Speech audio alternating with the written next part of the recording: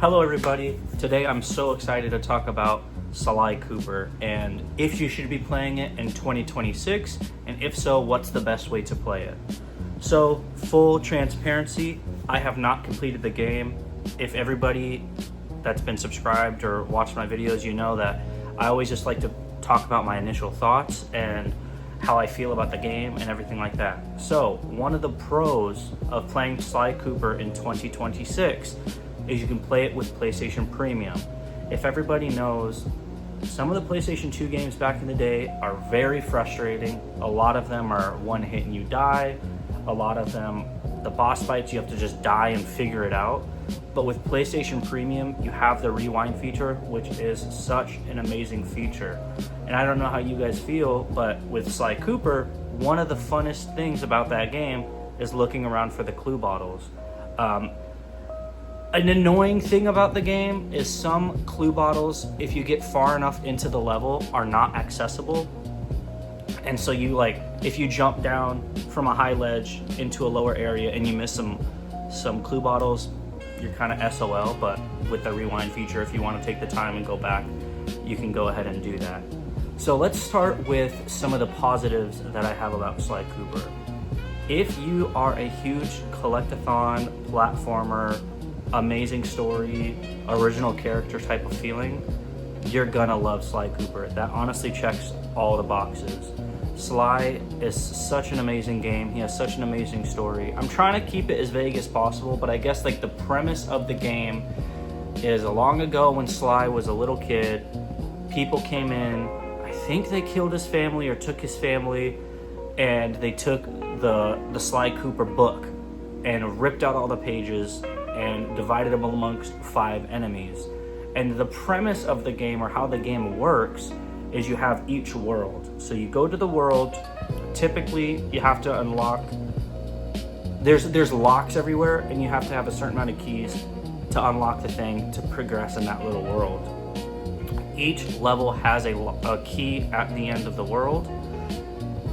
At the end of the level, you beat the level, you get the key, you collect a certain amount, and you unlock that little section, which then progresses you in that little world. Once you progress far enough in that world, you have a main boss, you defeat the boss, and the cycle continues. Like I said, 5 pages were ripped out, so you have 5 bosses. I'm currently on I'm fighting boss 3 right now, gonna go to world 4. So I would say that I'm mostly done, or almost done with the game. Now, again, if you like collectibles, if you like taking your time, fighting enemies, being Sly, being a raccoon, being hidden, you're gonna really enjoy this game. Now let's talk about some of the frustrations with the game. The thing that frustrates me the most is the controls. Why on earth are so many games with controls inverted?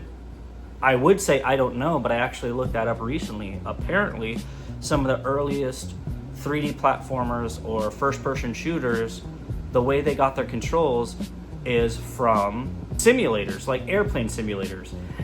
And that made sense at the time. And so back in the day, they would always be like, hey, those controls work.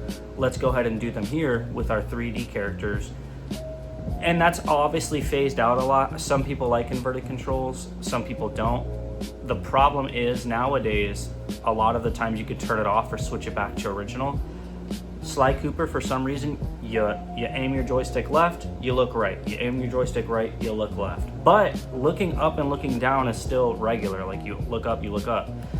So it's a little funky, but again, you play the game long enough, you get used to the controls. So that's kind of a hiccup. Another hiccup with the game is the way the character latches onto objects. You have to do manually. So if you jump, your character's not gonna just naturally land onto that object. You have to jump and then press another button so he can land onto it.